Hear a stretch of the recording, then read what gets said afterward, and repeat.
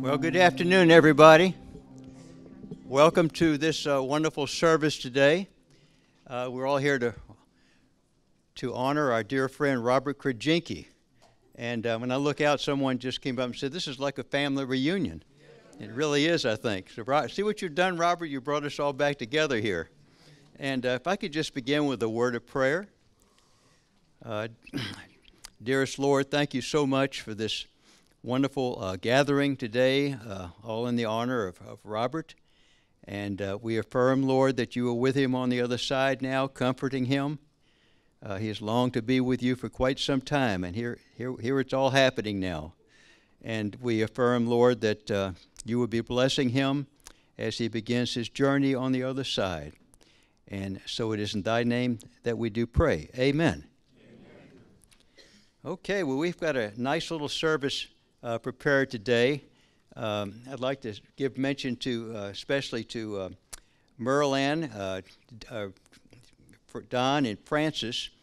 They have really been working really hard all the past 2 or 3 weeks putting this all together. That program that Francis came out with looks like, you know, something you'd see in New York City or something. He really was working. He was up to 4 in the morning one time trying to get all the artwork for us. And just to open up here, I'd just like to say, I think if there were 5 words that summarize Robert's life, it would be, I did it my way, you know? I'm not the only one that could see that. You know, Robert had 3 main passions as I see it. They were writing, poetry, and serving as a spiritual teacher. And he followed those passions through thick and thin his entire life. So applause to you, Robert, for that.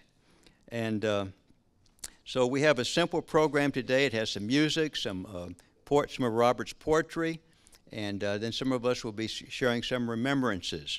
And so you've got the program so you can see. And I now would like to invite Merlin up to make a few announcements.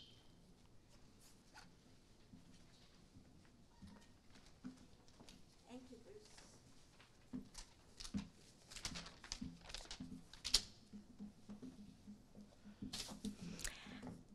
This is so exciting to see everybody. I have notes so I can be succinct. So I have announcements. So we have name tags because most of Robert's friends are of the age that we might need a little help remembering people we haven't seen for 20 years. So please, if you don't have a name tag yet, there's still time. You can go back and get one before the reception. There's a photo display over here. It does have photos on both sides because I ran out of the 4 panels on the first side. There's lots of cool stuff on there. I didn't know all the captions to put. So if you see a photo and you know more information about it than what I had, there's little Post-it notes there. You can add that. This display will be here at Congress, so I will be adding those captions for Congress. We also I copied up some of Robert's articles. I knew that he'd want you to know about his article about the Guild of Asaph and the Sky Tribe. Those are over there by the photo display, and you're welcome to look at them and read them and put them back. If you want a copy, you can email me and I'll send you the PDF. We have love notes. So these are little notes about Robert, your memories about him, or your appreciation, or even a direct message to him. So that's on the far wall there. There's an empty 3-panel display, and there's Post-it notes and pens and even glitter stickers, because you might need those. And so that's an opportunity to write. You can write a memory of Robert that you want other people to know about or whatever, and we will take pictures of that. And if you would like access to those pictures, there's a place to put your email, and I will get that to you. Then we have Seeds of Love, and this is something that I worked on with Lisa. Lisa was engaged to Robert before I was. And so we cooked up this little idea. These are seeds, and they're going to absorb all the love energy from today. And then afterwards, there's little envelopes, and you can go take those, take some seeds home with you that have that love, and you can plant them. Robert was a Taurus, so that's earth, so you can plant them, and he also, Taurians love beauty. So Okay, a lot of people find peace in walking a labyrinth after the departure of a loved one, and the A.R.E. has a labyrinth right up here on the hill. It's wonderful for that. And if you aren't familiar with that, there are instructions on the back. I have tons. I'm a teacher. There's instructions for everything. It's all a self-guided tour. So there's instructions for walking the labyrinth if you decide you'd like to do that. We have some books. Don, I don't even know how to say your last name. Don. Don has this book, The Magical Years of Yeshua, and they are for free in the reception. Whole case of Robert's books. A whole case. Give them away. So they're for free at the reception afterwards. The A.R.E. bookstore has Robert's book, Edgar Casey's story, The Bible. They are not for free. They're in the bookstore. You can buy those. And let's see. I just wanted to let you know that a day or two after Robert left on his new adventure, I was in my studio sewing. I was working on a wearable art piece that had a deadline. I was there at 2 in the morning. And I felt a hand on my shoulder so strongly that I spun my head around. And of course it was Robert. And so I feel like, and it happened more than once. And I really felt guided by him for all these projects that we're offering you, and the photos and the things that he would like you to know about. While we were together 5 years, and during that time, one of the coolest things we did was design interactive workshops. So this was like my last chance to design an interactive workshop with him. And here it is for you. So, okay, so... yeah, so I think Robert's happy for you to enjoy these activities. They're all on the tables back there. And let's celebrate him.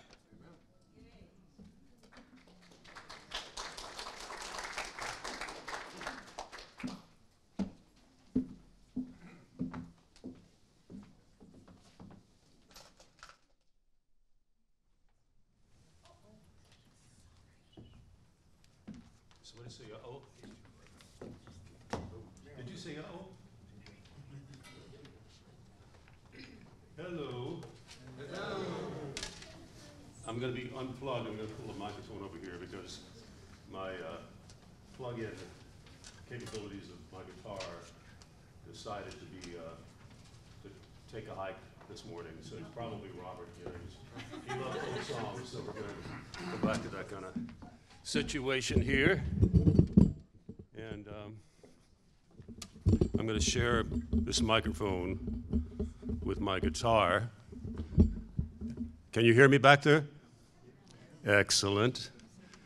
I do want to mention that among the many writings that Robert did, he co-wrote with John Myers.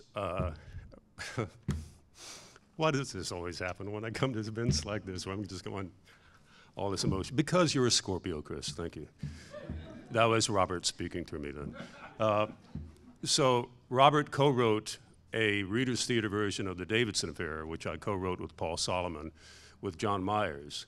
And that particular version was a concert version that had 5 readers playing different roles, and that was done here at the A.R.E., and then it was also done in London, England, and Bristol, England, and Rotterdam and Amsterdam, way, way back, probably around 1984-ish, something like that. But the original production was at the Wells Theater. So Robert gets a playwright credit there too. And this is one of the songs that Robert liked. And hello, Judith. I know you're watching from Zoom, far away from home there. At home, I should say. So, and I'm going to be sharing something that she wanted me to remember to read. So if I get up at the next song and I don't remember one of Robert's prayers, just say prayer, okay? That's what happens. I'm 73 and I'm still rocking and not just in the chair. And on that note,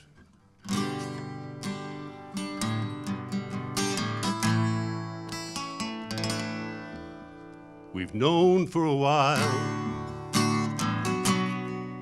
that the day would come. Everyone here's just passing through. that time arrives, there's no holding back from crossing to see our eternal destiny.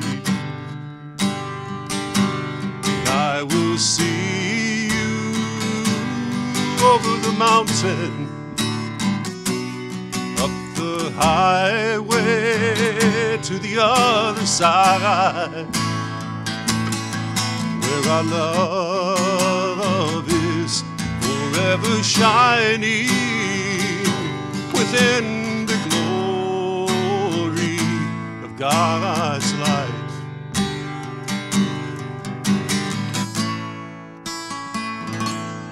Sometimes it's so hard to understand the reason why we go through times of trial and sorrow. But the love in you will pull you through, and you will see love is alive everywhere and all there be. I will see you over the mountain, up the highway to the other side, where our love is forever shining within the glory of God's light. There's more here than meets the eye, though you can no longer see me. I'm with you now in the love we share, and there is where you'll find me. And I will see you over the mountain, up the highway to the other side, where our love is forever shining within the glory of God's light, within the glory of God's light, within the glory of God's light.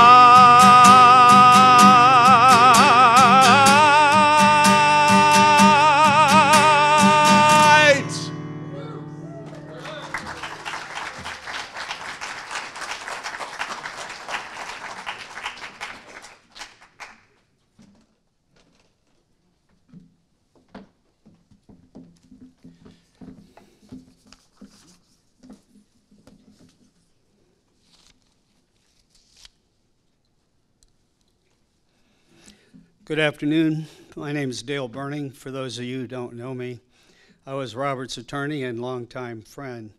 I'm going to read a couple of poems written by Robert and selected for reading today by James Yax. One Blessed to See Such Beauty, a poem by Robert Krajenke. I am one blessed to see such beauty, Spanish moss hanging, gently sway gnarled oak tree, not a sound except along bayside edge, soft breezes move the water, shepherd little ripples to the shore. In the shade-shrouded, hidden cove, I am blessed to be with some of all this earth contains. It may be all I ever get to see or be with again, but then each small part of seacoast, desert, mountain, open plain, wooded knoll contains the whole. In its beauty, sitting still, silent, long enough to drink it in, every jot of nature fills the soul within. Fill Me, a poem by Robert Krajenke. Jesus, my brother, I accept your truth. Lo, you are with me always, your promise to all. My heart is comforted in your presence. my spirit assured of unfailing constancy in your indwelling. Yet, Jesus, I yearn to see you with my eyes, to behold you in body, with the blessed, which blessed the hills of Galilee, to experience you as living form, as much as to feel you as in living presence. It is a fantasy. Is it a fantasy of unworthiness that blocks my vision, or its opposite, delusions of false humility and fear of overpowering ego and infatuation? Should you know yourself to me? Should you show yourself to me with wounded palms, or sublime with radiant golden open heart? O Jesus, brother, cosmic ocean, visit me. Fill this cup, this dishpan, this bucket, with as much as you as I am able to contain.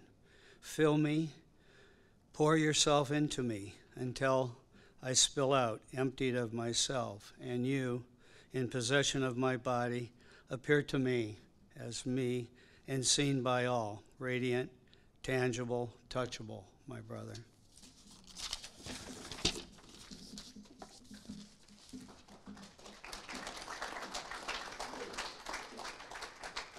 I'd like to invite Sheila up here for one more point.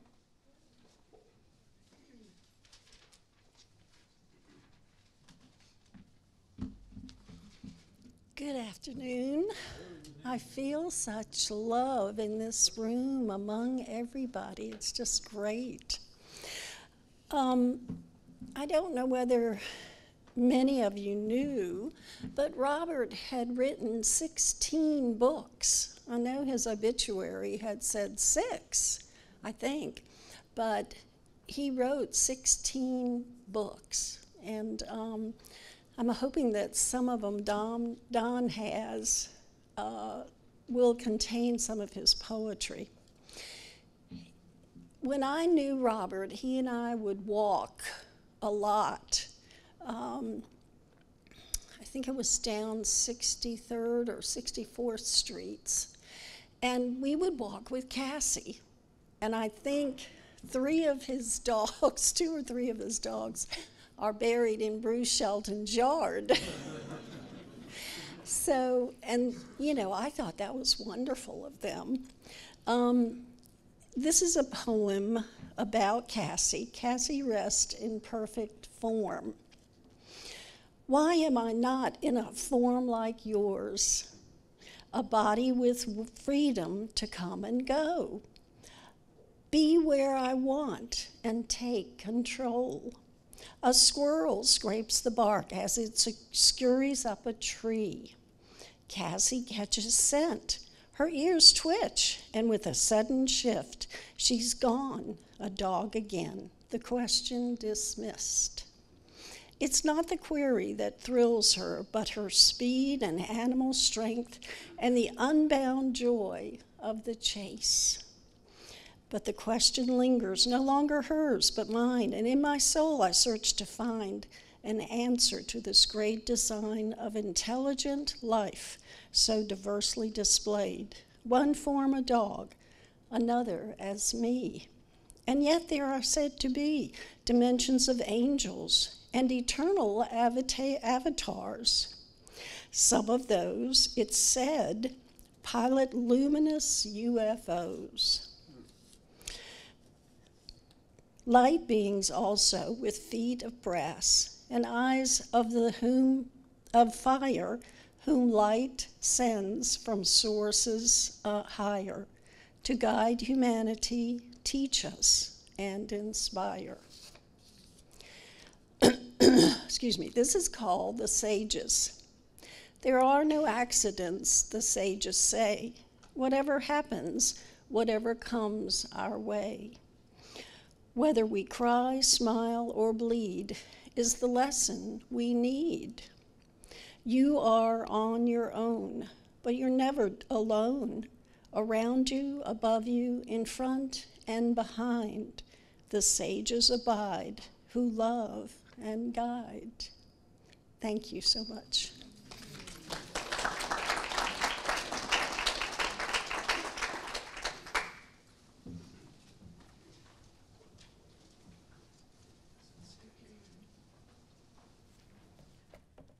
So it's going to take me a minute to get situated here because it's not as much light back here. So hopefully this isn't in anybody else's eyes. But it's to your benefit if I can see the chords. So it was interesting. When I was asked to sing, I thought, okay, what song really fits Robert? And I had this one song that I often do at memorials called Were You Surprised to Be Home? And I went, no, because he would not be surprised, right? So I went to bed and still just kind of thinking about it, and I was woken up, thank you, Robert, with the idea for this song, which I got the whole thing the next day, chords, music, everything, melody, which is kind of unusual. And I realized that he would not be surprised to be home, but he would be the one who would be there leaving the light on for the rest of us, right? It just gives me chills. So that's what this song is. And there's a little insert in the, if you want to follow along with the words. As much as I articulate, I know at my age, when I listen to somebody else sing a song, I very often don't understand all the words. So just a little bit of a help if you need help. So it's called Leave the Light On. Make sure everything is in the same place when I left it. You have to understand that when you play a regular piano and you play a digital piano, it kind of feels like you're playing with mittens on. So I'm going to do the best I can. And this is a good digital piano.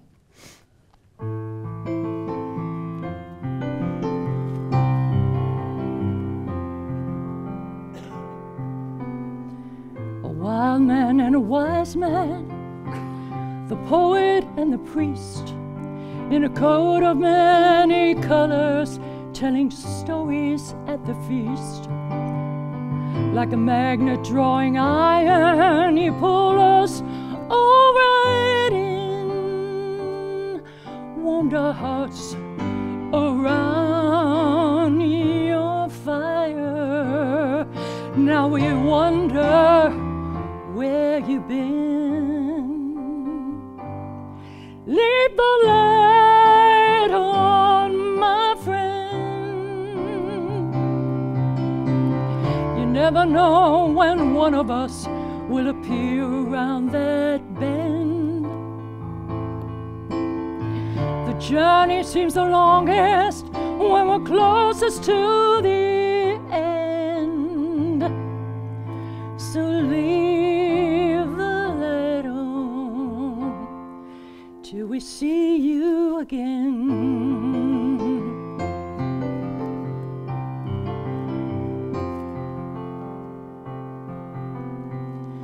Now you've gone ahead and you've traversed a tangled path, but there's comfort in the knowing that the trials never last. So many gone before us will be waiting at the door, where the music sounds like laughter, and there's always room for more. Leave the light on, my friend. You never know when one of us will appear around the bend. The journey seems the longest when we're closest to the end. So leave the light on till we see you again.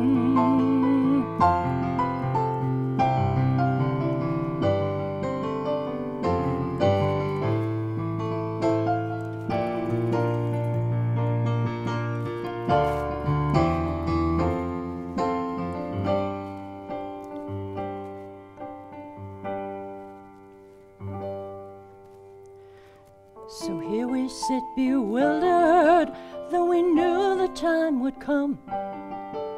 And we hope you're sitting somewhere, dreaming sweet dreams in the sun. There are souls who leave a trail that others follow home. So there's just one thing we ask of you, and it's the final one.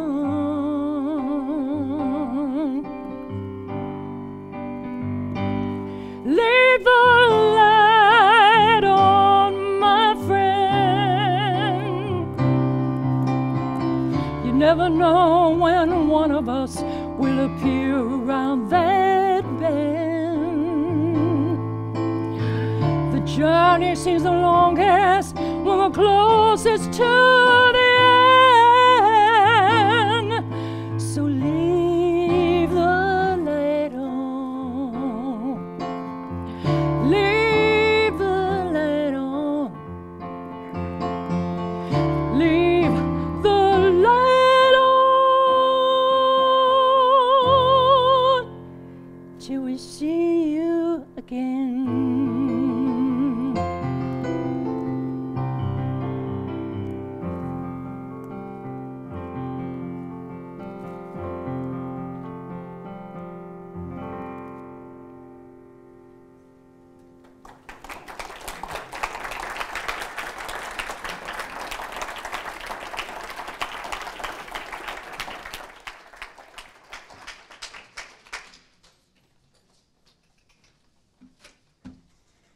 Somebody better fix that. Let me button up here. Never mind. Hi, my name is Don McEachran, and I've been assigned the task of the eulogist. But you know what? A eulogy seems kind of droll and dry, and it has a lot of finality built into it.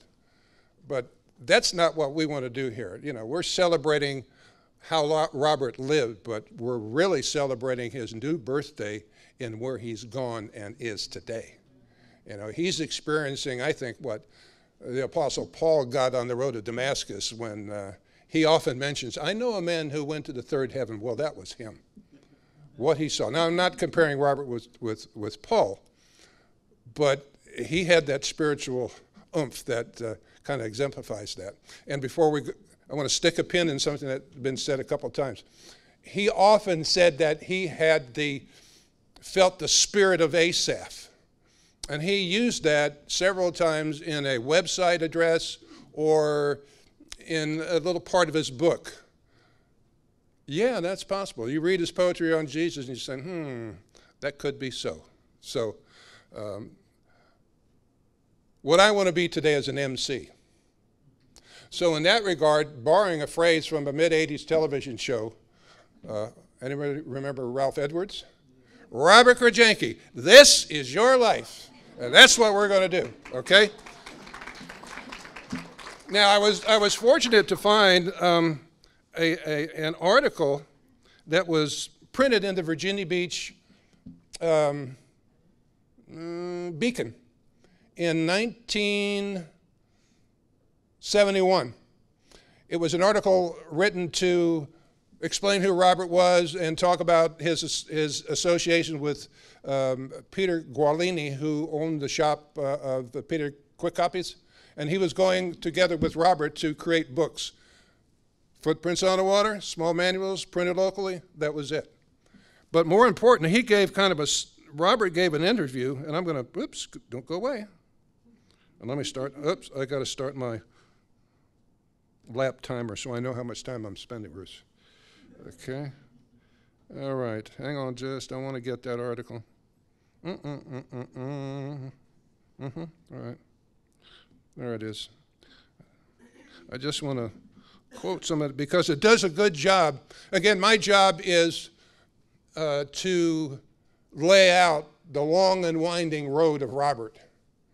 How he kind of, in his Virginia Beach encounters, started much of his life in my family around the late 60s and ended up in my family. So other people will be here to kind of hang their particular experiences on some hooks that I lay out. That's what I'm doing.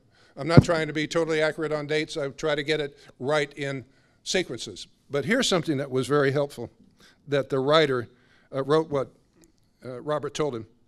It says that Robert was a student at the University of Arizona. He left before he graduated.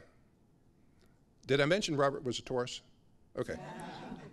I don't mean to disrespect any Taurus in this room. Because he wanted to be a writer. After Arizona, he traveled to California. Now, there's probably 2 years in Arizona. He traveled to California. And from what I see on the dates, he was probably there at the same time I was on campus trying to finish out my undergraduate degree. Now. On campus where? What? On campus where? Berkeley. Okay, thank you. Where else?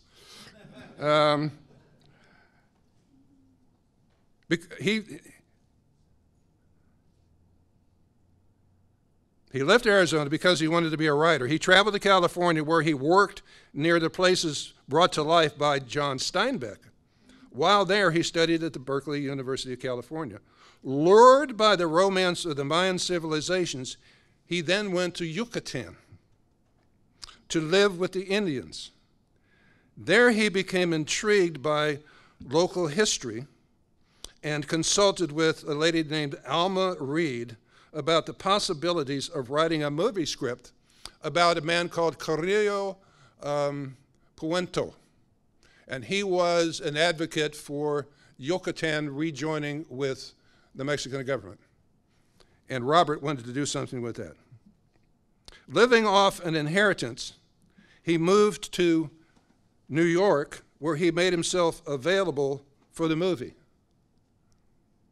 So there's a date on that. That was in 1966, and in some of his things that he put in his folder to keep, I saw a letter that he was writing to a publisher up there, dated 1966, and his return address was New York City. So he was in New York a while after leaving the Yucatan. Living off an inheritance, he moved to New York where he made himself available. About 5 years ago, the writer is saying, so that would be in 1966, he realized that the movie would never be made. He moved south to Virginia Beach. He, his wife, and a group of friends were, what Robert says, the first hippie influence at the beach. They opened their own shop called The Leather People, and a big success during the summer. Now, nowhere in the article did it say that he got married to Joan Clark. I don't know when, but we do know that his son, Robert Jr., was born in 1965. So it was before he went to New York, and I'm assuming it was born in the Yucatan. I don't know for sure, okay? Can't tell for sure. At this point, this is important. The summer when he came down to the beach was over. The shop closed, the group broke up, my marriage ended, my money was gone, and my child was sent away. So that was probably 67, don't know for sure, just following dates. Anyway, so now he's down on the beach. And that's where I encounter him eventually. But the first thing he learned, the people he learned from the beach is Gladys Davis Turner, her husband Al Turner, Eula Allen. Great people, guided him through the readings. Probably Gladys had the biggest effect on him by guiding him through the readings to become interested. I don't know how much he knew about the readings to start with. But his wife Joan was born in Norfolk. So I figured that's how he got down here. Anyway.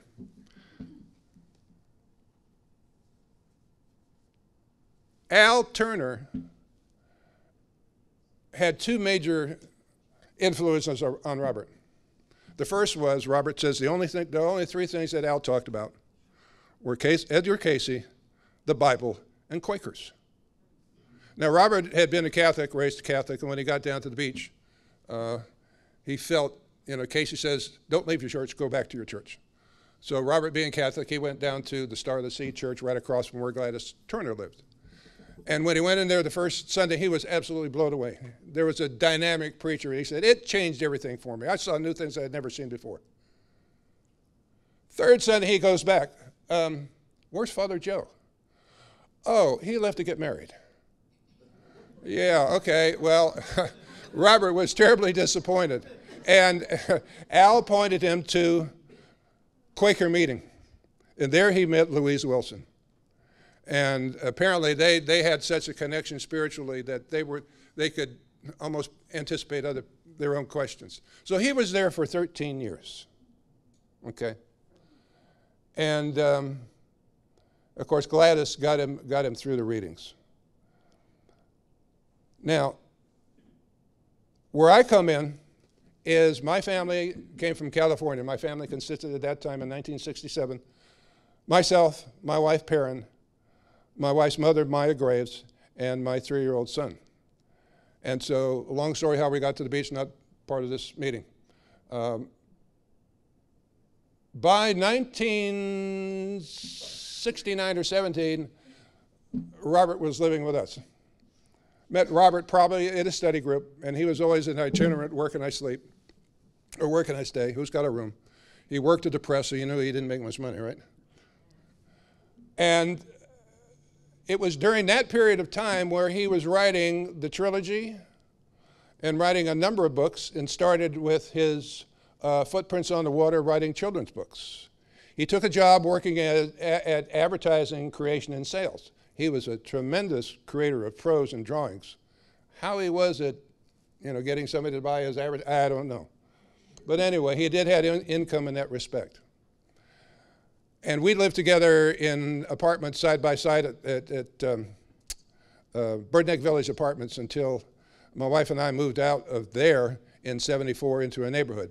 It was a couple of years later that Maya and Robert followed and bought a house in the same neighborhood. So that was going on.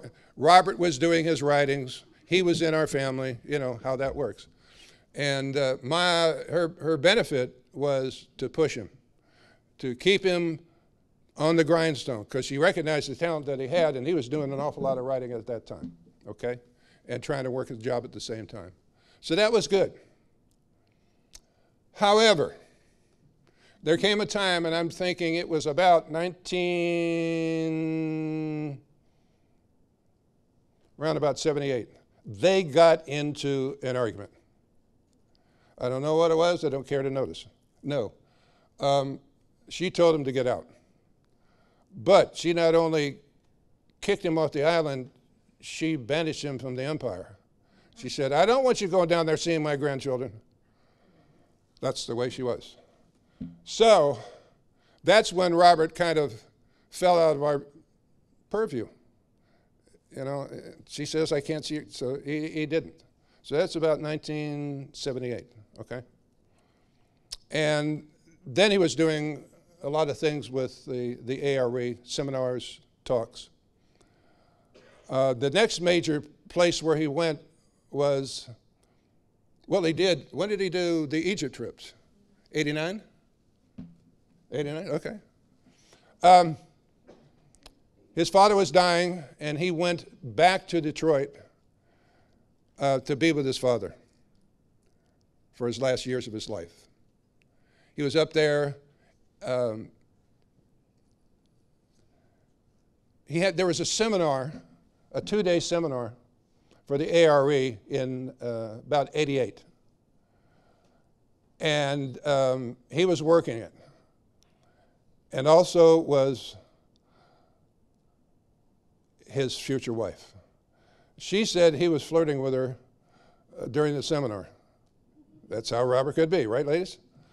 And at the end of the seminar, he came up and said, would you like to go out on a date?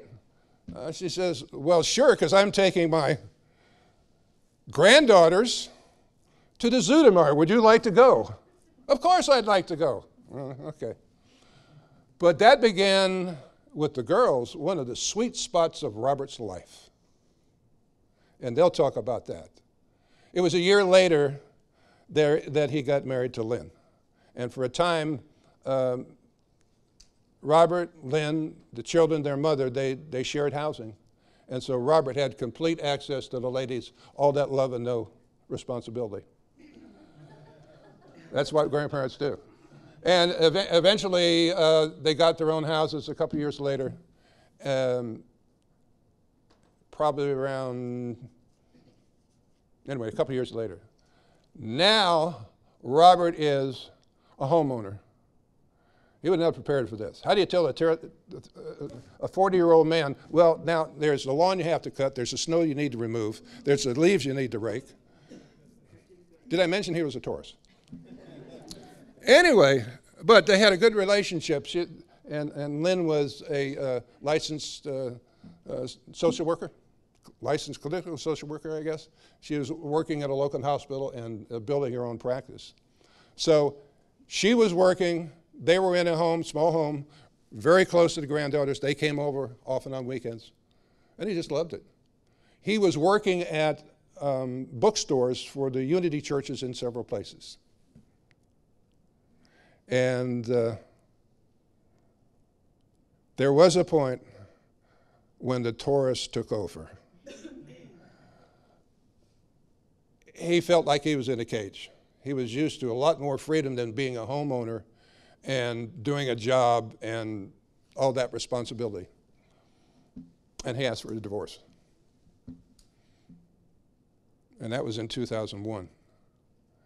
And does anybody remember the lead song, a 70s group, Leonard Skinner, their main song? Remember the name of the tune?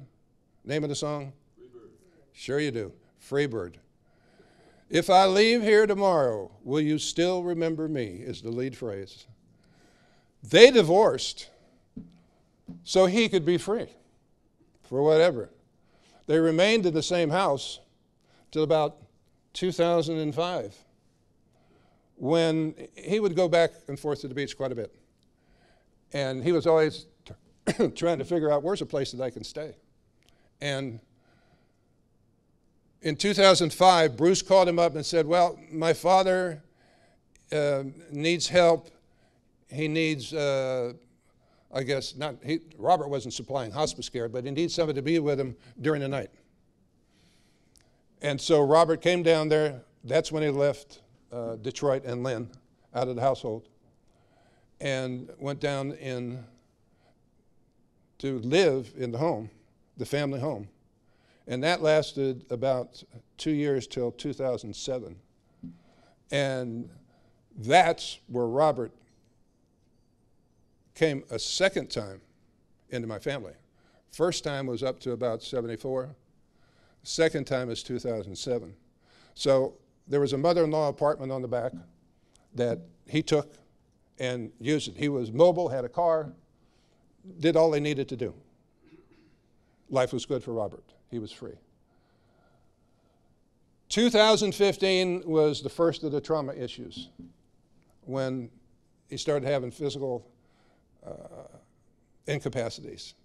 He had a seizure or a fall. He was walking Cassie and in the neighborhood, and he fell flat on his face in the street. And they got him, and he said, the first thing I remember was being awake in a rescue wagon. So he was in the hospital and a nursing home for 3 weeks, and he came back to the house. Things were not the same. Difficulty driving, so we kind of said, nah, you better not drive. He was no longer preparing his own food that he used to. No, we'll take care of that. So that was 2015. Still kind of mobile and able to get around and loved going up to the A.R.E. The next trauma was a broken femur in 2018. He was coming back from a study group, was getting out of Bruce's car.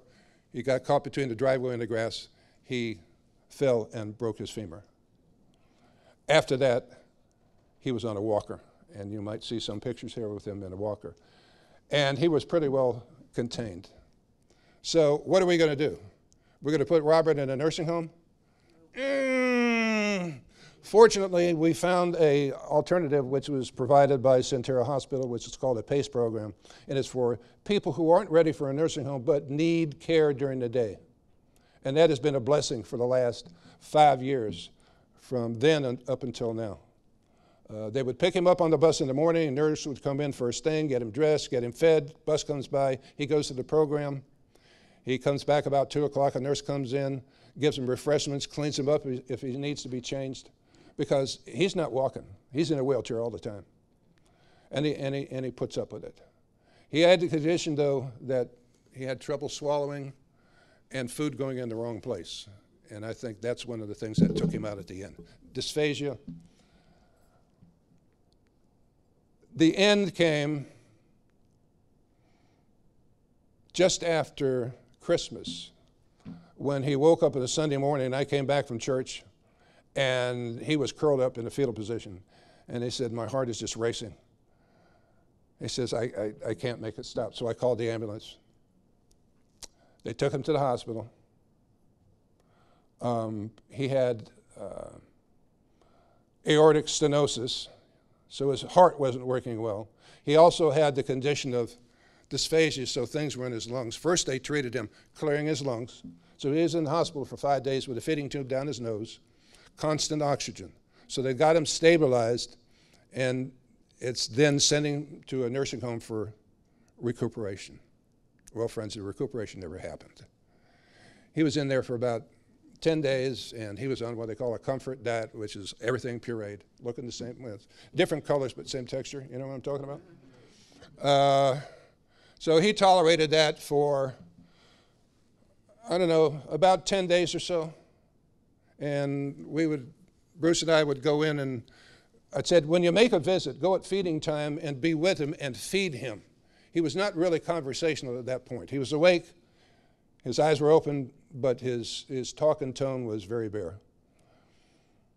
And then the morning before he passed, or the evening before he passed, Bruce said, I went in to give him dinner.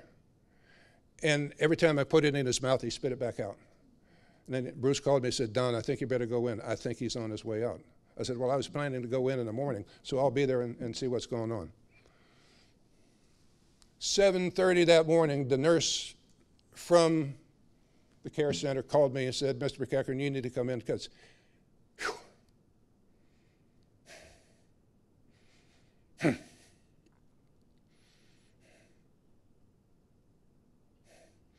he's transitioning. So I went in, sat by his bed, and he was in transition. His eyes were wide open. He had that deep guttural breath, and you knew it was just a matter of time. So what I needed to do was let him hear the voices of two people that he had been in conversation with over the years, telephone conversations. First it was Lynn Krajenke, his wife of, I guess, 10, 11 years. I called her, I said, Lynn, he's on his way out.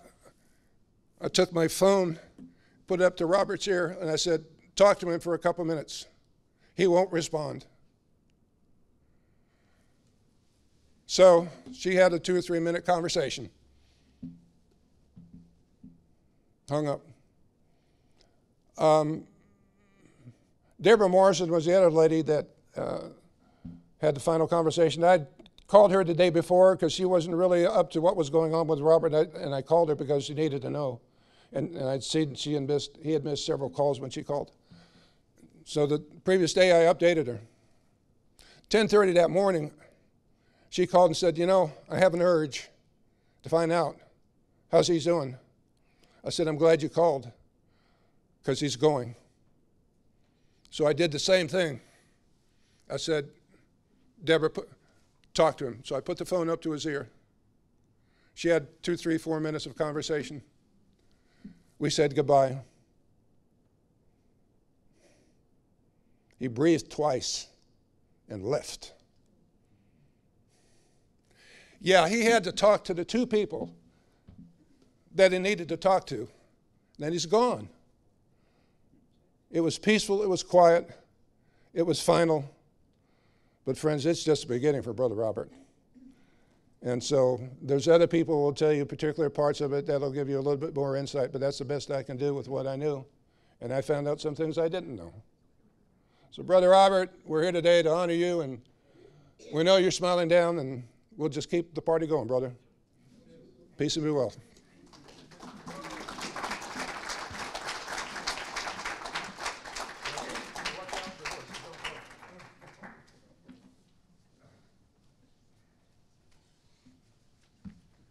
Thank you, Don. Well stated. Okay, I'd like to say a few words. I first met Robert back around 1981, 82. He'd just been selected by Paul Solomon to be the new minister at our church, the Fellowship of the Inner Light. And we were all happy about this.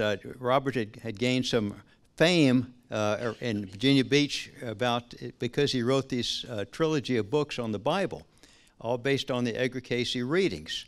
And so Paul had heard about that and heard about him through that, and that's why he became the new minister.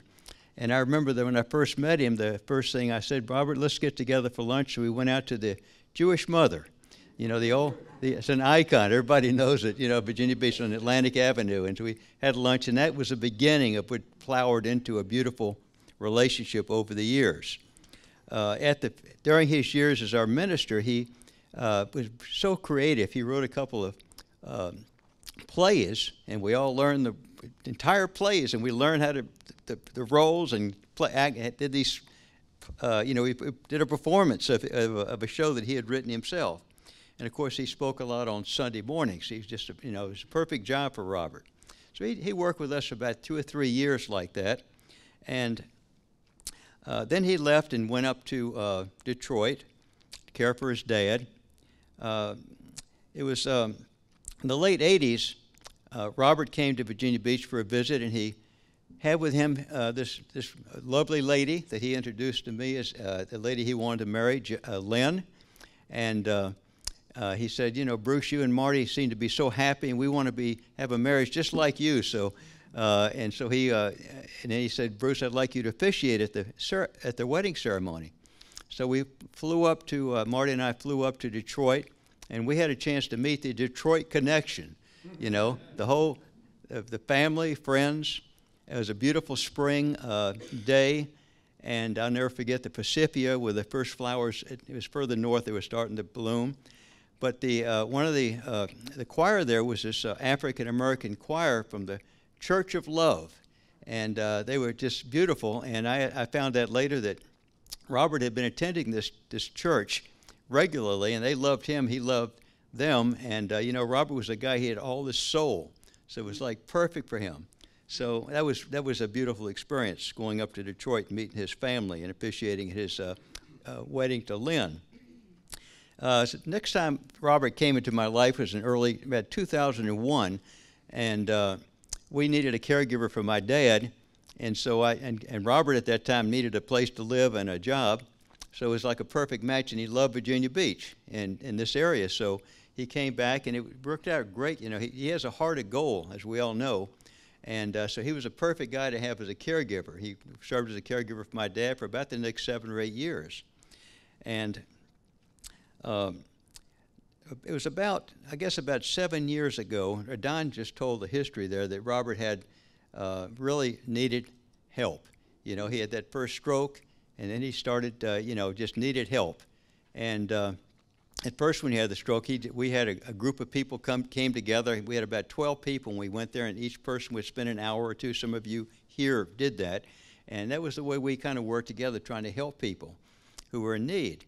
And what really has made me so happy is during this period of time, and as time went on, he became more and more needy, especially after he broke his femur in his leg. Is that we all came together, and especially what I call the brothers. I have this belief that I would tell Robert this, and everybody could feel this is true, that we were all together in a monastery in the past, and we were all monks, and here we were again together. And but we, especially Francis Sporer and James would bring him to church every Sunday. We always took him to dinner every Saturday night. Don would bring him to dinner at my house or at a restaurant. But we really, looked after him, which is the way families should be. and we were his family down in Virginia Beach. And so I especially want to thank Don. Don, if it wasn't for Don the past 7 or 8 years, Don saved Robert from literally being warehoused away in a nursing home. He really had a good life, and thank you for that, Don. Don was something else. I just want to close here. I just want to give you the latest news flash on Robert. I had a medium that I met with only last Thursday, a couple of days ago. I had it for the purpose I wanted to have a visit with my wife, Marty, who passed over 4 years ago. And it started off, but the medium said Marty was telling her that this man had just gone by her very quickly. She didn't have a chance to talk to him, and the medium says, "Do you know anybody named Rob?" And I said, "Oh, yeah, well, it's obviously Robert Krajenke." And she says, "Well, he was on his way to what they call the Healing Sanctuary. This is where we go on the other side, and when we cross over, we've still got all these memories. You see, this ego and all these traumatic things that have happened. Everybody has that. And we go there for cleansing and to be purified and to be prepared for to find our true self, which is pure love, right?" And so Robert is in the healing place last time I heard. Thank you very much.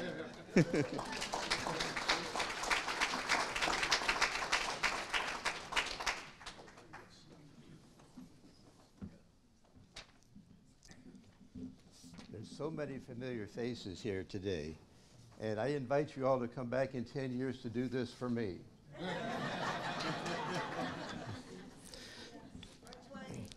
I just celebrated the 55th anniversary of my 29th birthday.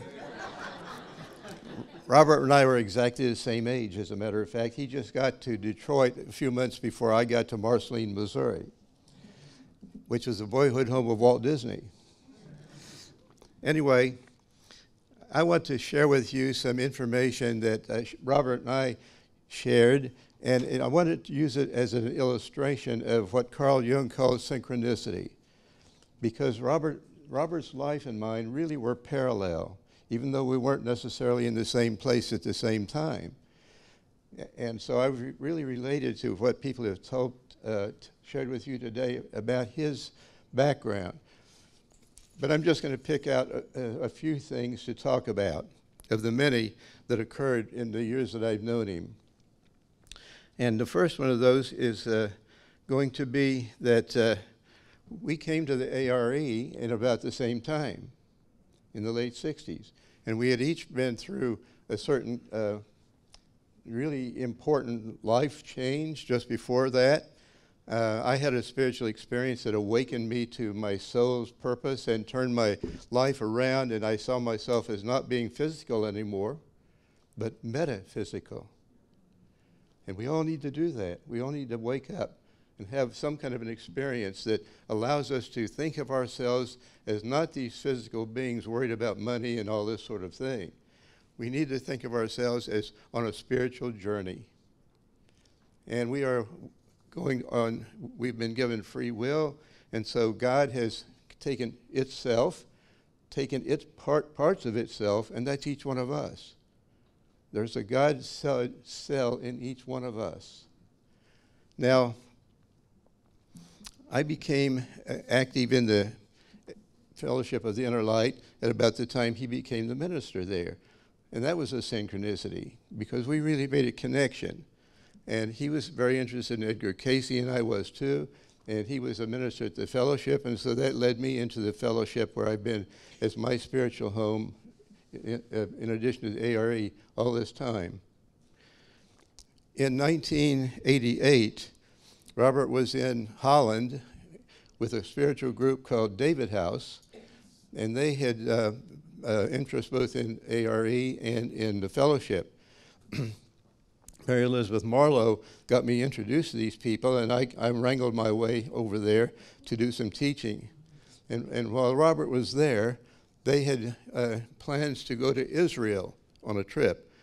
And many people here don't have any idea about this experience that Robert had and that I shared with him.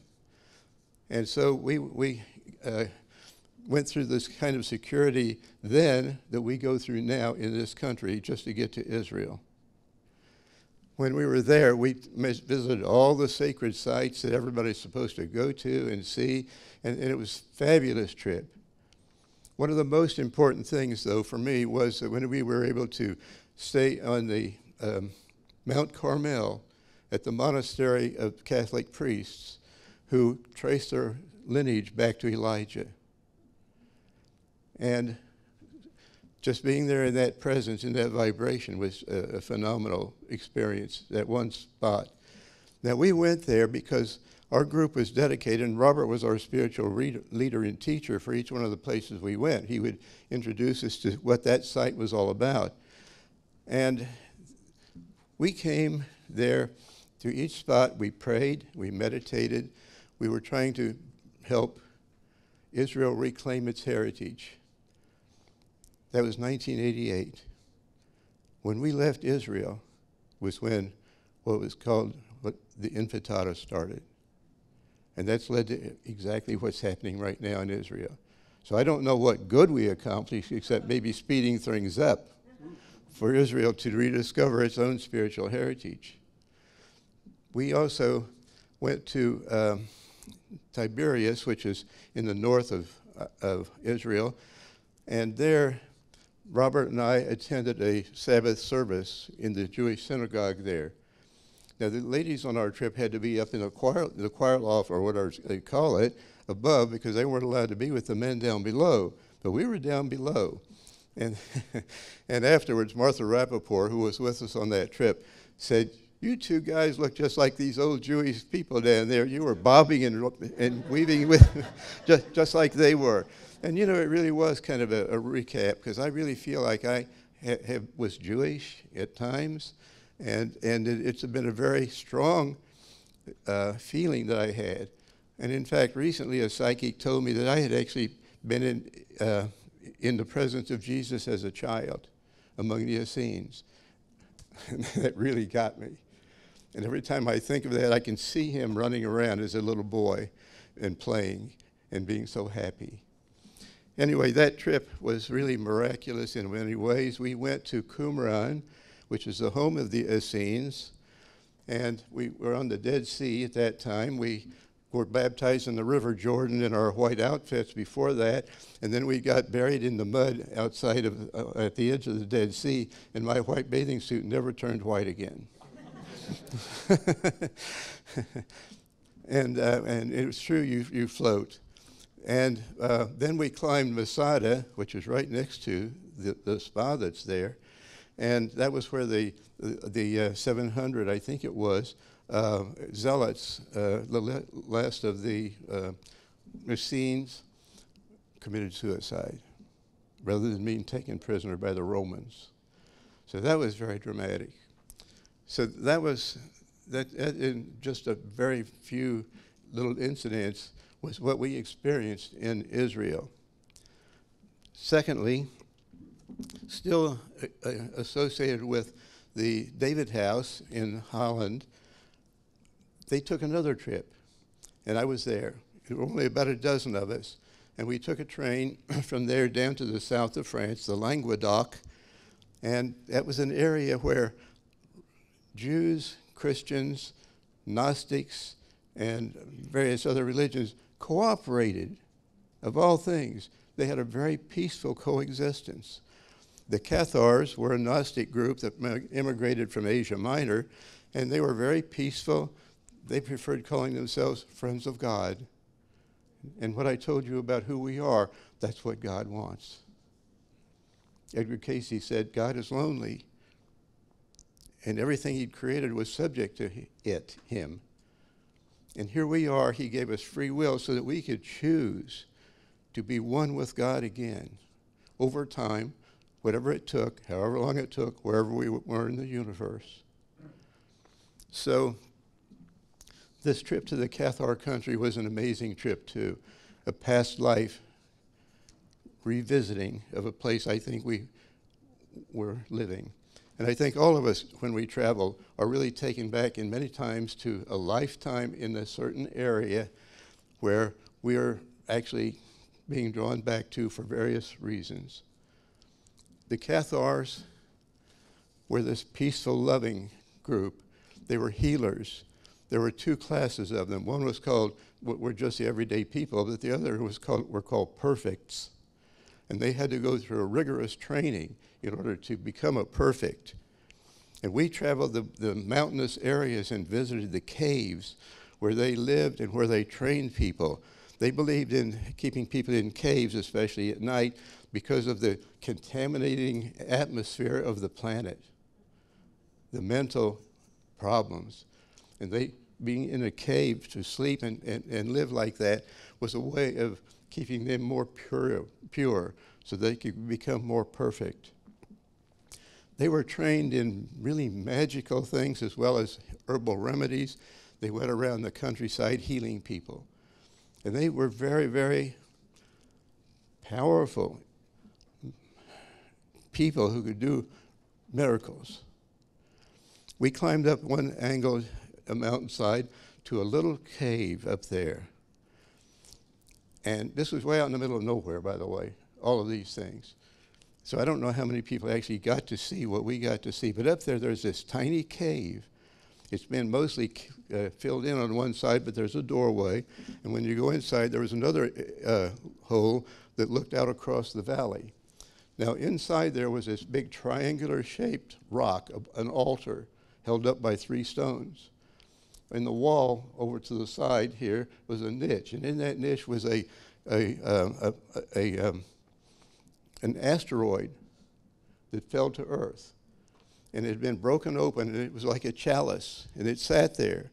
And it was a symbol of Christ coming down, because the iron bearing in there is a symbol of blood, and the chalice, of course, Jesus created as at the Last Supper for bread and wine.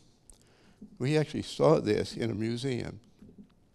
Well, when the initiate was ready, they would spend a night in that cave, and they laid on this altar. On the wall right beside them was a recessed pentagon, 5-pointed, just like Leonardo da Vinci's Vitruvian Man. And in the morning when the sun came up, the initiate would get up off the altar and walk across the altar to this niche and stand in the wall as the sun came in and initiated him. So these people were suddenly in the 12th century persecuted badly. And Simone de Montfort was the initiator of trying to kill them. There was a bishop of one of the areas that ordered the troops to kill everybody in this one town. And the military leader said, well, how should we know who to kill? And he said, kill them all. God will know his own. And that's how merciless it was. Now, on Mont Ségur, there was one of their last strongholds. It was the last stronghold. And there's a picture in the slideshow I put of that mountain, because we climbed that mountain up to their sanctuary up above. And they were holed up there, and the army troops came around the bottom of it and isolated them. And they were really going to be able to survive for a very long time, because they had provisions for that. But they hired 2 Basque mountain climbers who climbed up the sheer side that nobody thought that it could ever scale, and that broke their resolve that they could be safe. So they made a bargain with the troops below, and they said, give us a week or 10 days, and we will come out on our own. And they did. The bonfires were waiting for them. There were no stakes. They walked into the bonfires themselves. And without any pressure, because they had, I think, overcome pain and training for the time that they were up there during that short period of time. I hope I wasn't one of those that had to walk into that fire. But this lifetime, I've spent 25 years as a potter, and I used to play with fire when I was a little boy. And I was firing kilns when I was teaching in college. The final thing about that was that we took a train down there, and there was a national train strike that was called, and we had to, the group leaders said, "You're on your own. We don't know how you're going to get back. We don't know how we're going to get back." So Robert and I stuck together, and we actually we found a bus. We went to another nearby town, city where there was an airport.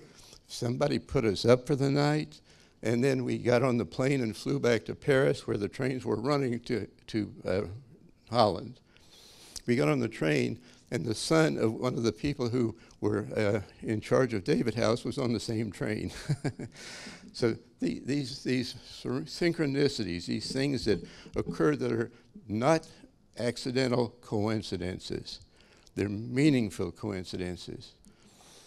And the last thing I'd like to tell you very briefly is that Robert and I and Dale and Eric and Catherine Mean and Elizabeth Wadekus spent 3 years in a study group studying the book of Revelation according to how Casey interpreted it. And that was something I think that really helped revolutionize all of us too, that were in that group.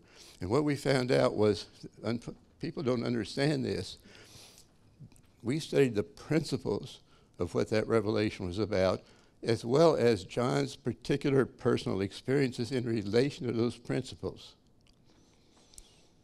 And that's very important, because John was experiencing his own catharsis, his own problems, spiritual problems where he had shortcomings, and he was given an opportunity to see what would happen as he continued spiritually growing in his meditations. So the book of end of the book of Revelation is when all this glorious stuff happens. And so we all need to remember that book of Revelation is to be taken because it's a history that each one of us is living for ourselves in our own lives. I once had a dream here in Virginia Beach, the first time I ever came. And I woke up one morning and I had a dream about this book, the Bible. And there were colored pictures periodically through there. And then something told me, look at the back of the book. And it was filled with colored pictures. And that's where we're headed. So the last thing I wanted to tell you is that I helped Robert. I designed this book cover for him. I'll be glad to autograph it in his stead if you want. And also, Robert and I worked together on various projects, and one of those was a series of bookmarks that he wrote, and I designed the background, or picked out the background. And today, I have 60 of these. These are refrigerator magnets. So the first 60 people who beat it back there can have this, and I'm going to just read what's on it. Among the least, I am the lowest. Among the quick, the slowest. Yet I am wonderful. A simple being blessed, born among the stars, lit with heaven's glow. I come this way to tell you one thing, nothing new. All that I am is also true of you.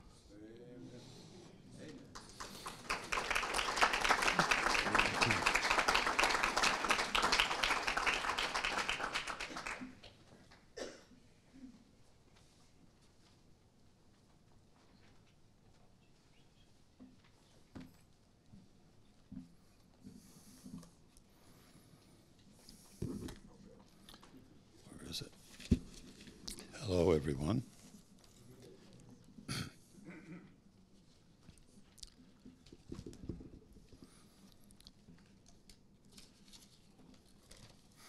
I'm going to briefly comment on some of the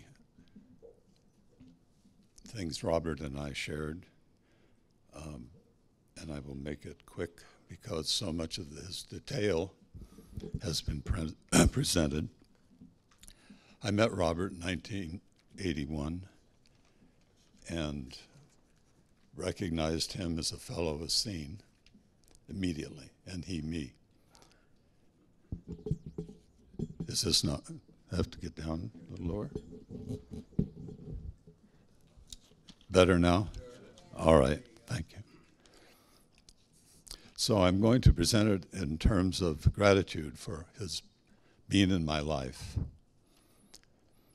So thank you, my friend, for 43 years of friendship, for commissioning me the painting Divine Feminine, which hangs in the Fellowship of the Inner Light, for our conversations over the many years in my painting studio or in the fellowship on every subject you could think of.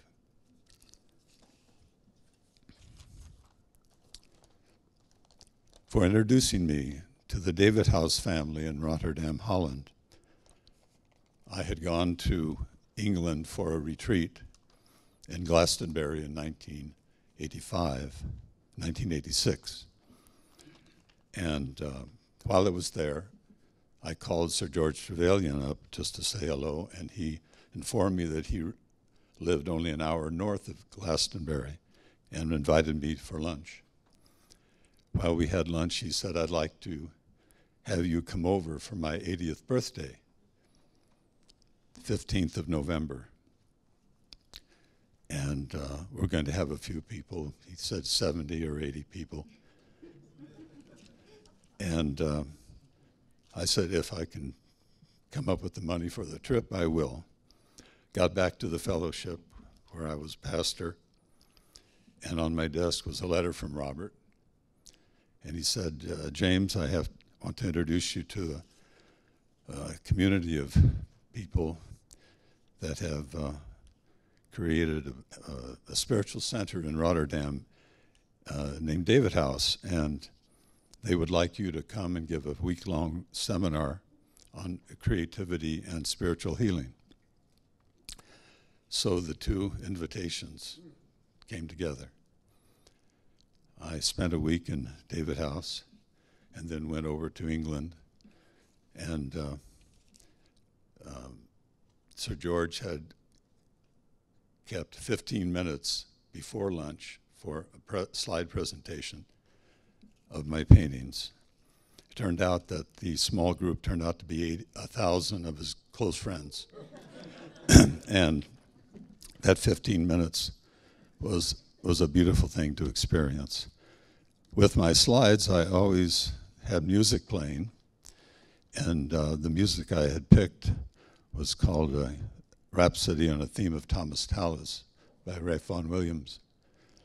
And unbeknownst to me, the standing ovation I got after that presentation was mostly due to that music, which had been taken as the spiritual anthem of England. It was a beautiful thing. So I go back, come back here, and I had an invitation from David House to come and paint a mural in their meditation room, and we scheduled that for the spring. But Robert called me up at the end of January and said, could you come over in early February and take over my Search for God groups, because I have to get back to America. I think that was when his father was passing. Yeah. No, that was 87, so I don't know. But anyway, I went over, and because of Robert, I had 3 years in Holland, 2 of which I taught the Course in Miracles to 4 groups in 4 different cities, which was something that just emerged. So thank you, Robert, for the blessing of being available to assist you all these years, to bring you out into the air, into the sunshine, into good meals at various restaurants, and to be thankful that I had trained as a home health caregiver and knew how to transfer people who couldn't walk.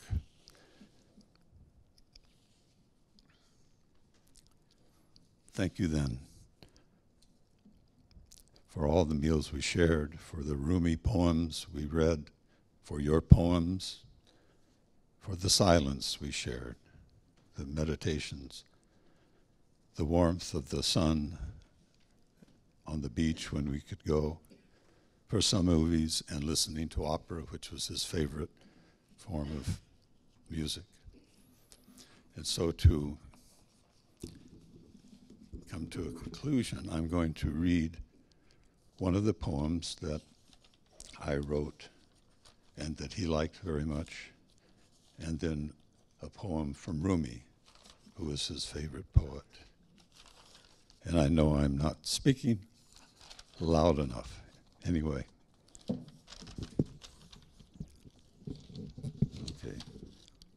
Excuse me. Got to find it. The name of the poem is Called by Beauty. Called by beauty, drawn out of yourself into the larger picture, the more intimate conversation by the incomparable forms of the beautiful, as if for the first time, as a child again, less fixed in the eyes. Familiar songs ring out, new invitations, and you know now it is all an invitation. The forest's murmurings at dawn, birds singing in the first light, as if it was the first light. The rippling waves flowing over a meadow warmed in sunlight that only gives. Ancient mountains still reaching, growing to the invisible above the clouds, above all, and yet ever, already, within all, always and in all ways, moving. Called out by beauty, quietly or with the cry of revelation, you return by the call of your heart, whose love brings you back to center, and with you, everything, everyone in its embrace, remembered now, here, again, as one with you, my friend, and you with all. And you notice how still it has become. So I found this poem yesterday, running through Rumi, and I thought I would speak it for Robert, to Robert, or Robert to you all.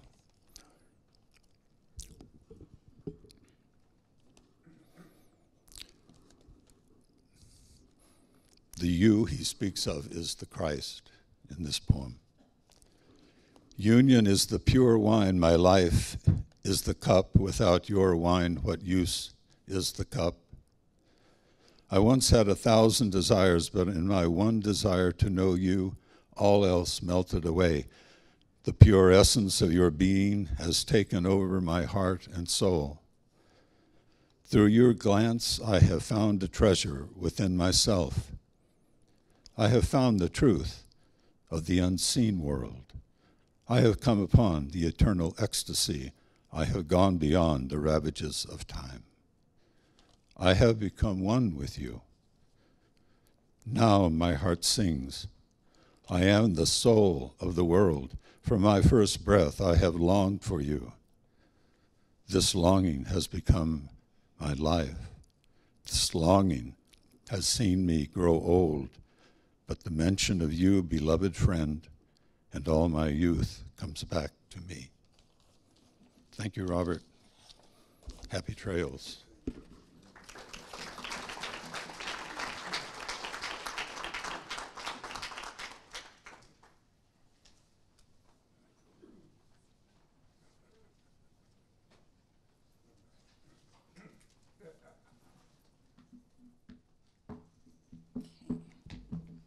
Hello, everybody. I'm going to try to enunciate, project, so that everyone can hear me. Let me know if you cannot. Let me bring my words up here. I would just like to firstly thank everyone for helping us be here. My sisters, thank you, Don, Hilton, wherever you went, for driving us, picking us up from the airport. If there was anything that Robert loved, it was community and being together, and just thank you for that. And I would like to say I'm happy and honored to be here, to have the opportunity to share with you the man I grew up with and knew. Robert Krajenke was my grandfather. My maternal grandmother was his wife, Lynn Browning Krajenke.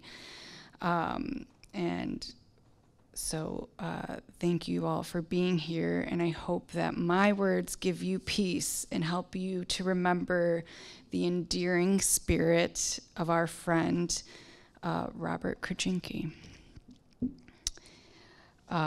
So Robert Krajenke was grandfather to 11 grandchildren and 5 great-grandchildren. He was closest with my 3 sisters, Heather, Nicole, Allison, and me. Oh, my name's Megan. And my sisters are here with me today, as well as his niece, Lizzie. He began his relationship with my maternal grandmother, Lynn, just after Heather and I were born, and he stayed in the Detroit area nearly 20 years.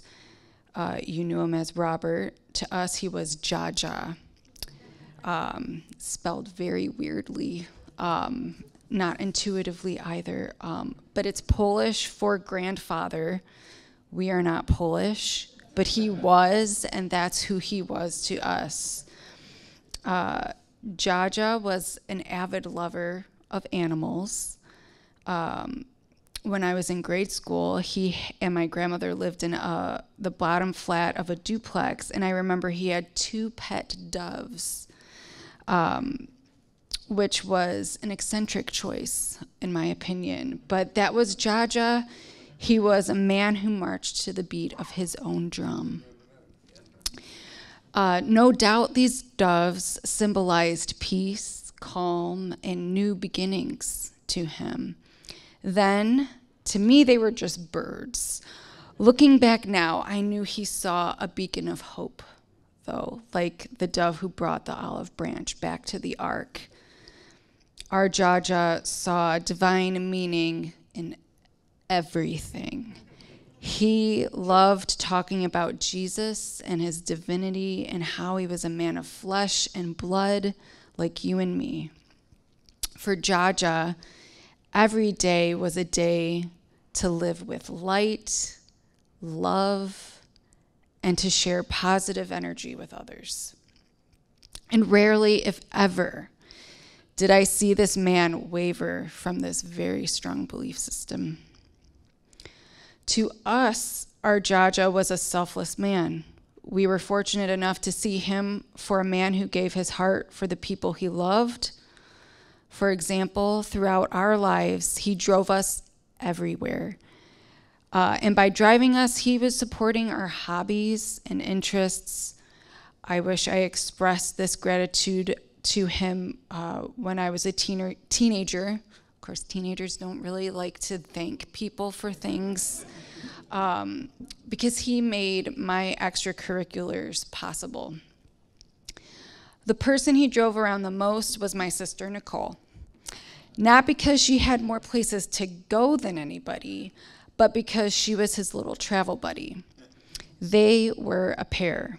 If he asked her if she wanted to go to the grocery store with him or help him at church, she would accompany him. He was a support system for her that didn't exist anywhere else. Growing up, we never lived far from our grandma and our Jaja.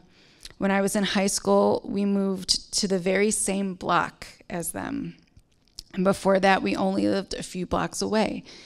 And when Jaja would drive us home, he would take the scenic route around a few extra blocks and tell us we were going to Disneyland.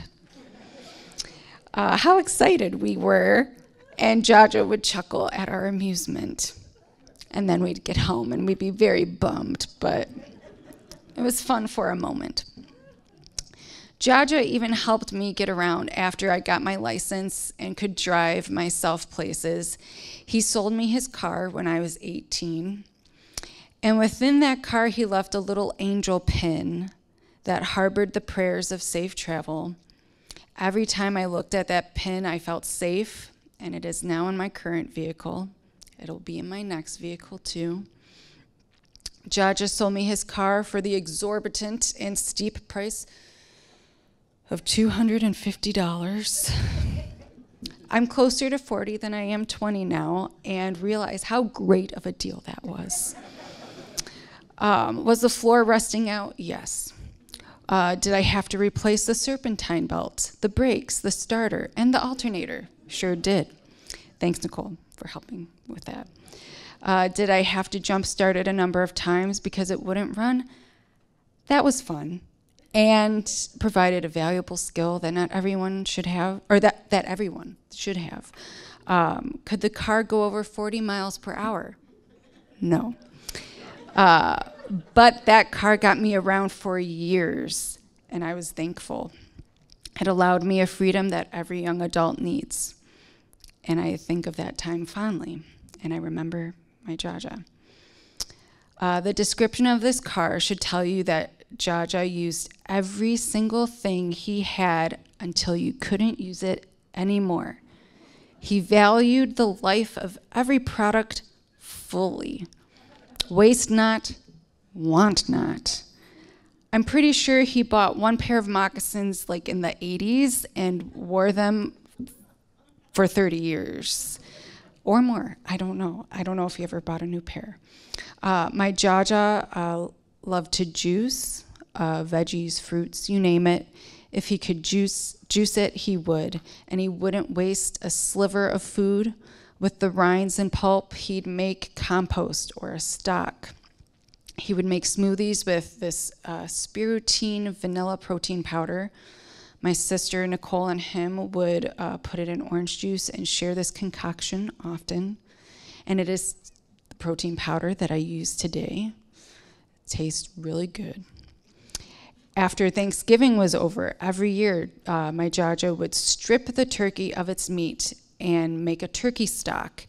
And it was incredible. I have never seen in my entire life the carcass of a turkey and its bones so clean. Because he would just pick at the carcass until there was no more meat. I am thankful to my Jaja and Grandma for the places they took us when we were kids. According to my grandmother, their first date was taking my twin sister and I to the zoo. They took us to museums, plays, church services at St. Leo's Church in Detroit or Unity Church in Detroit and Livonia.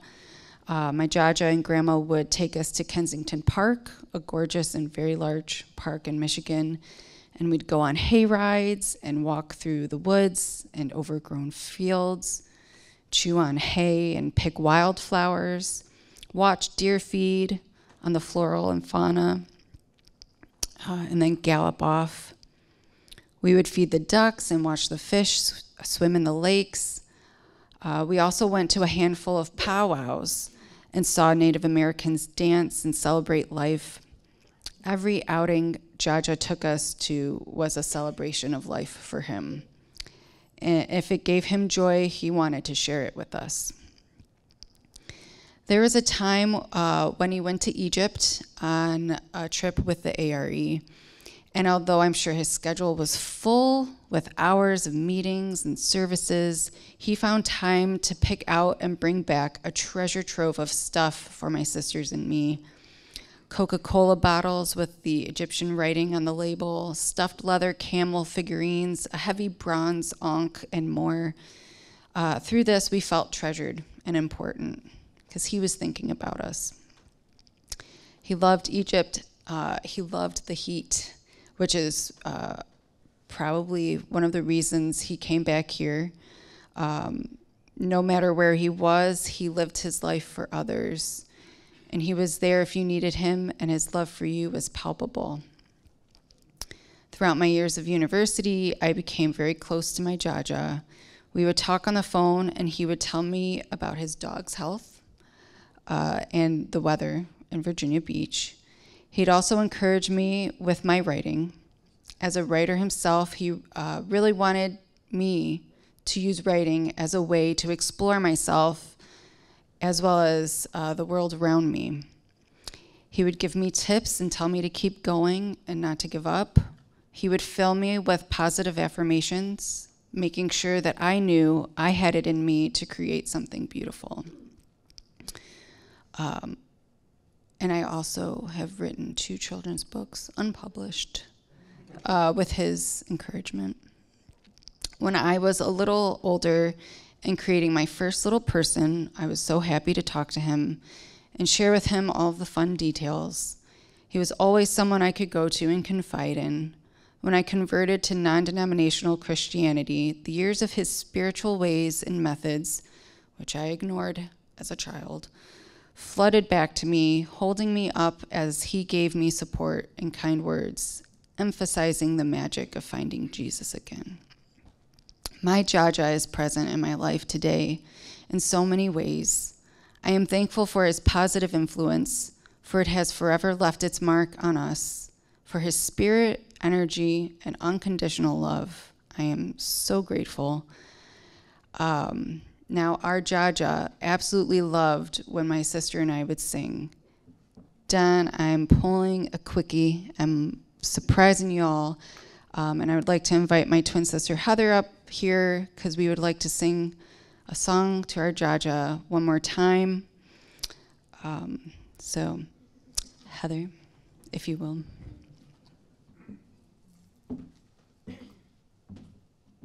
Ha, ha, ha, ha. Okay. Say it like that, you're going to make me cry. Don't cry.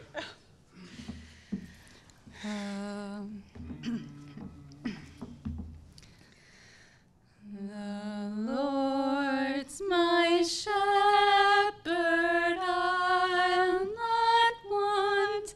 He lays me down to lie in pastures green. He leadeth me the quiet waters by.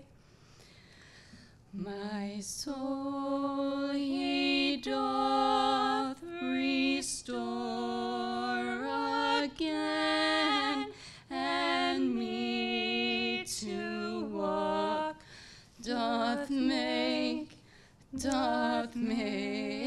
within the paths of righteousness, and for his name's sake. Yea, though I walk through death's dark vale, yet will I fear no ill, for thou art with me, and thy rod.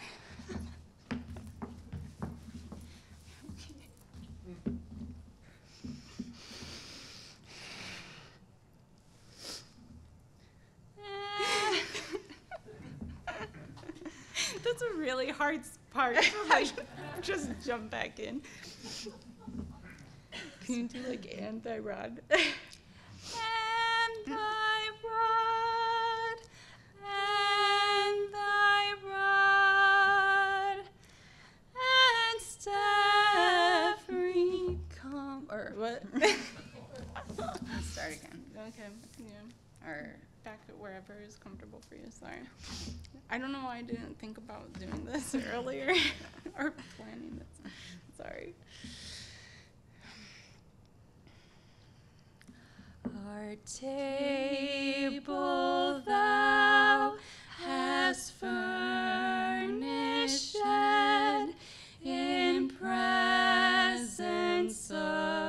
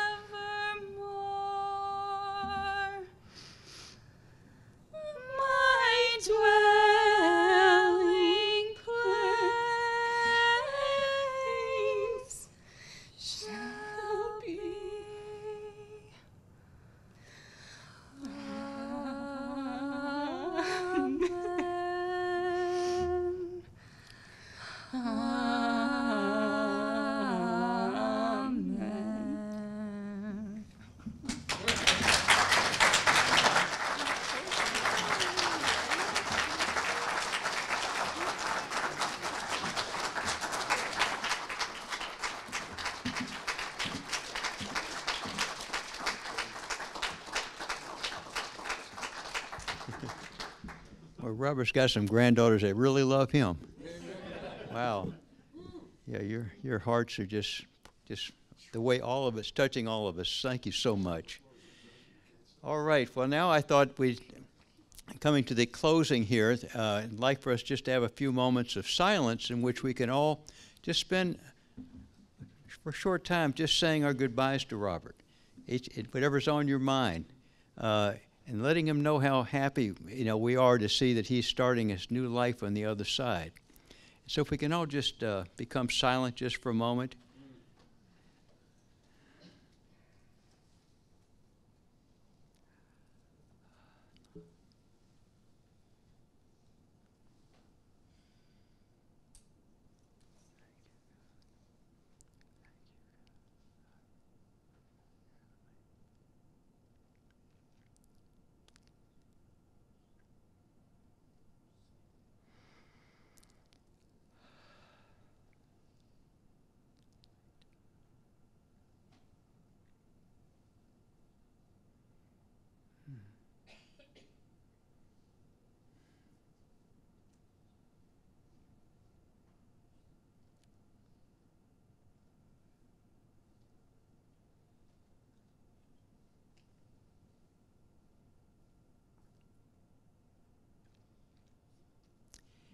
And so, Robert, we thank you for being a part of our lives.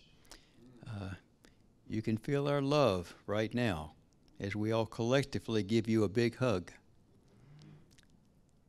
And just thank you for being you, Robert. In thy name we pray. Amen. So now we've got a song that Robert used to love to sing with us over at the Fellowship with Inner Light. Isn't that how life is? If you know the song, please join in.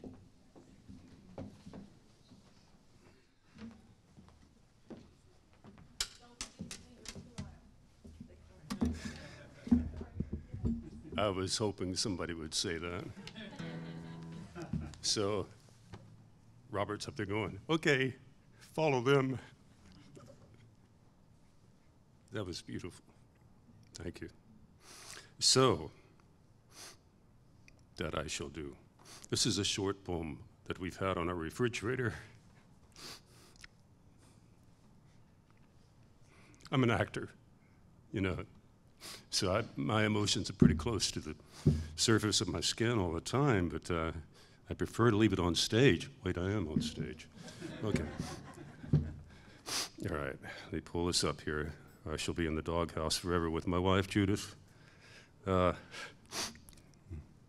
is now going, don't say that, Chris. All right, let's see here. There we go.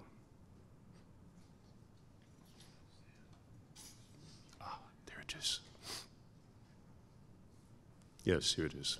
Oh, yes, we have it here now. Okay. Short poem, much shorter than my intro to it. Beloved Creator, thank you for the path you've set me on, the tree that marks the way, a river's ceaseless flow, an open heart. And it's got a beautiful image that I guess, Francis, you were responsible for collaborating with him on this. And these are probably available, this particular poem as well, and highly recommended. So this is a song that I wrote when I was like 18 or 19. My first copyright. It's only got 2 chords. So easy one to learn if you ever feel so inclined. And Robert used to love it. It was like of all the songs, I've written over 1,000 songs, he would always request this one. Are you going to play Isn't That How Life Is? And I'm going to teach you the chorus very quickly before we start. Isn't that how life is? And then you go, isn't that how life is? And this is one of my most profound lyrics that's ever come through me.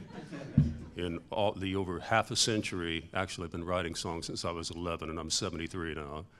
This is going to blow your mind. Ready? It's la-da-da, la-da-da, la-da-da, la-da-da, la-da. Pick a note, any note. Here we go.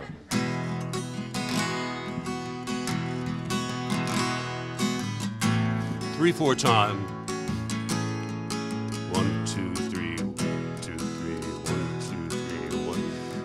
It's interesting that both marches and waltzes are in 3/4 time.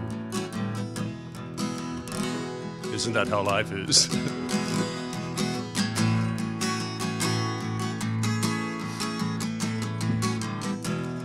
See the ocean, give a river in motion to flow like a dream in a drifting stream back to the sea,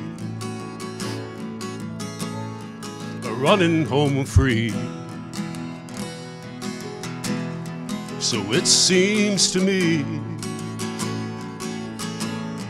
but isn't that how life is? Isn't that how life is? La-da-da, la-da-da, la-da-da, la-da-da.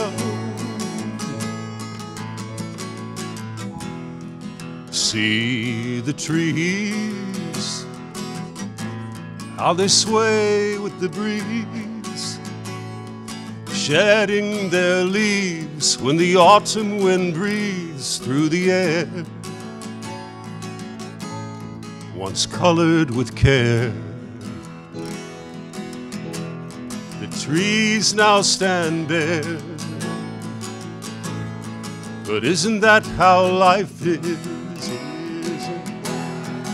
Isn't that how life is?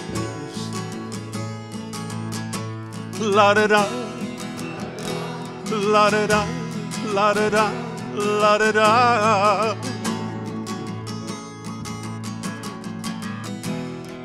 See the snowfall like a blanket to cover all, spreading its white on a cold winter's night until one day the snow will not stay. When the warm has its way, but isn't that how life is? Isn't that how life is? La-da-da, la-da-da, la-da-da, la-da-da. See the sunshine, everything is growing fine, and life's on the rise as we open our eyes to the sky in wonderment. Why should we ever die? Why, but isn't that how life is? Isn't that how life is? La-da-da, la-da-da, la-da-da, la-da-da. Oh, isn't that how life is? Isn't that how life is? La-da-da, la-da-da, la-da-da, la-da-da.